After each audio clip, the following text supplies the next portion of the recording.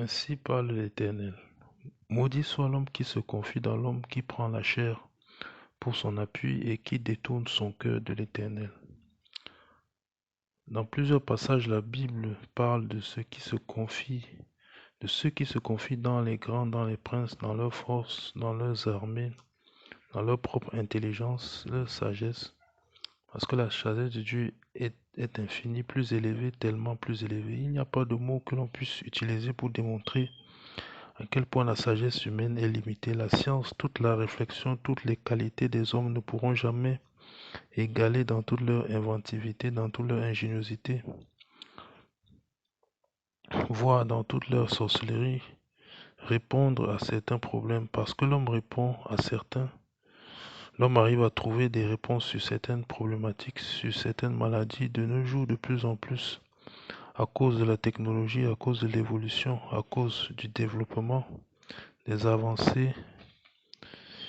L'homme réussit à dompter un grand nombre de maladies, de problèmes, de difficultés, d'obstacles dans la vie en Occident, du type comment vivre, comment se déplacer, comment travailler, comment exploiter les ressources naturelles, comment en tirer le meilleur profit possible.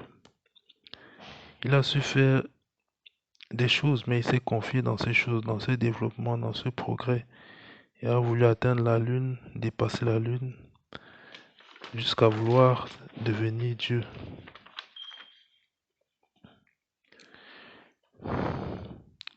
C'est dire à quel point l'homme, à cause de toutes ses forces, s'est confondu avec ses forces. Cet état de confusion qui est très présent actuellement, qui fait que l'homme croit qu'il s'élève alors qu'il va vers son déclin. On ne peut pas se moquer de Dieu et de sa parole. Lui est souverain, il est le Seigneur du ciel et de la terre, il règne. Il n'y a aucun autre Dieu hormis Dieu. L'homme n'a pas voulu le connaître, il a envoyé son Fils dans la chair afin de révéler celui dont on avait entendu parler par la voix des prophètes et qui s'était lui-même révélé à travers sa parole dans les temps anciens, à une époque plus ancienne. Il a voulu que l'on puisse être sauvé grâce à son Fils, que l'on puisse vivre éternellement, puisse un jour le rejoindre là où il est. Il a voulu que l'on puisse reprendre sa place dans le jardin, que l'on puisse vivre spirituellement à nouveau, puisqu'il était mort spirituellement à cause du péché du premier homme. Le péché l'a fait sortir de la présence de Dieu. De même, l'obéissance d'un homme a permis à l'homme d'être réconcilié avec Dieu et de pouvoir être réadopté, pouvoir revenir à Dieu. Il s'est donné volontairement pour nos péchés, pour que nous soyons lavés. Il a souffert et il est ressuscité des morts le troisième jour, ce qui prouve quelle est la nature de cet homme.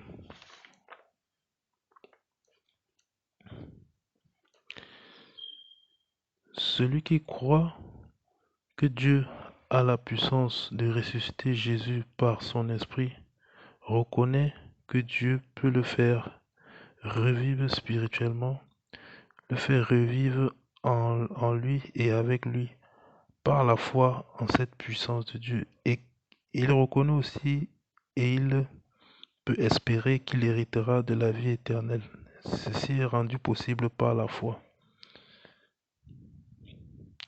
Celui-ci marchera donc en nouveauté de vie. Grâce à cet esprit qui a remplacé l'esprit de la chair, qui renouvelle l'intelligence de l'homme à travers la connaissance de la vérité et produit en l'homme une justice et une sainteté